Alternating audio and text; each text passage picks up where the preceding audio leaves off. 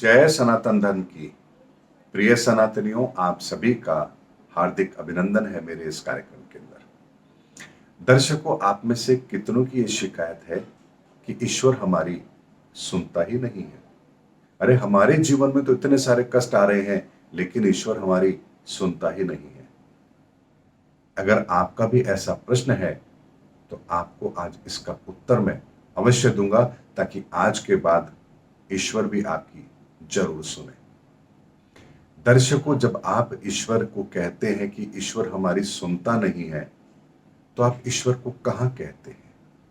क्या आप माइक लगाकर कहते हैं ईश्वर मेरी बात सुन ले, या घर के सदस्यों को बिठाकर आप कहते हैं कि भाई मैं ईश्वर को ये बात कह रहा हूं, या मंदिर के अंदर जाकर जोर से चिल्लाकर आप कहते हैं कि हे ईश्वर मेरी ये मुराद पूरी कर दे? आप ईश्वर को कहते कैसे हैं? आप एक ही प्रक्रिया अपनाते हैं, चाहे किसी भी धर्म में क्यों ना हो।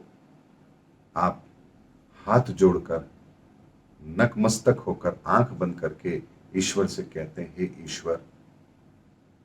उसके बाद जो भी आपकी बात होती है आप कहते हैं।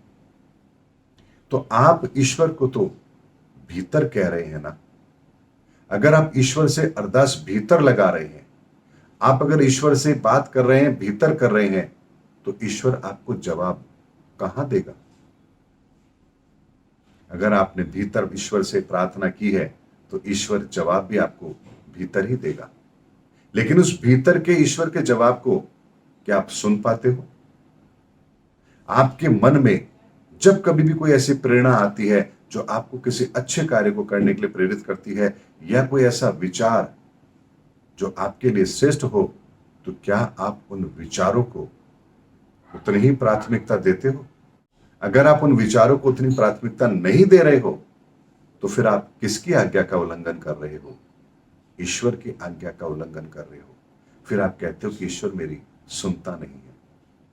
ईश्वर तो सुनता है। जब भी आप हाथ जोड़कर, आंख बंद करके ईश्वर के सामने कुछ भी कहते हो, ईश्वर आपकी हर उस बात को सुनता है।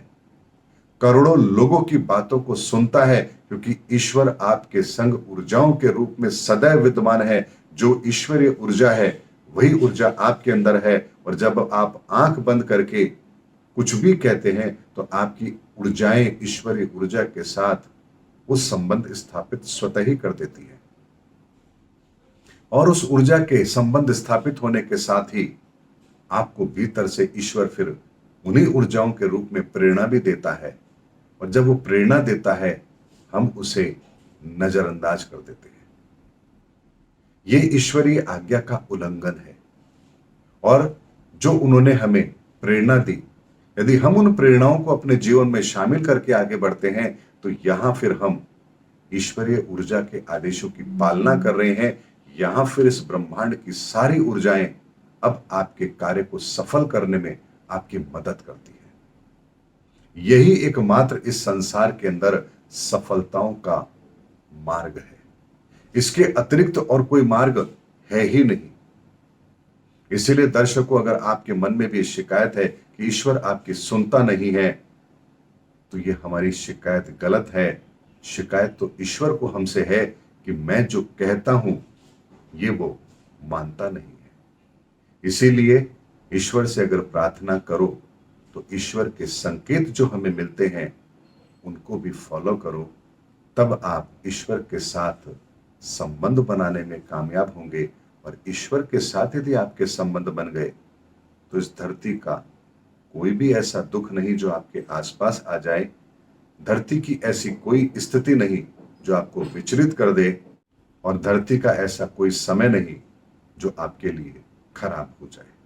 इसीलिए ईश्वर आपकी सुनता जरूर है, बस वो जो कहता है उसका अनुसरण जरूर कीजिए। मीरा को जब जहर दिया गया, तो उसने ईश्वर से क्या प्रार्थना की होगी? कहां की होगी? भीतर ही तो की होगी। द्रौपदी ने चीरहरण के समय पर ईश्वर को कहां पुकारा? भीतर ही तो पुकारा था। तो क्या उनकी रक्षा नहीं हुई? प्रहलाद ने ईश्वर को कहां पुकारा था? भीतर ही पुकारा था ना। तो क्या उनकी रक्षा नहीं हुई? तो जब हम ईश्वर को कहते हैं, पुकारते हैं, ईश्वर हमें संकेत भी देता है। वहां हमारा दृढ़ निश्चय, दृढ़ विश्वास, यही हमें ईश्वर की ऊर्जा से कनेक्ट करता है। और यदि आप ईश्वर की ऊर्जा से कनेक्ट हैं तो इस धरती के किसी जीव में इतनी ताकत नहीं जो आपको विचलित कर दे। उम्मीद करता हूं दर्शकों, मेरा वीडियो आपको अच्छा लगा होगा। आपकी एक बहुत बड़ी समस्या का समाधान इस मात्र छोटे से वीडियो में है। इसको अपने जीवन में शामिल कीजिए, फिर देखिए आपके दुखों का अंत ईश्वर स्वयं कैसे करता है।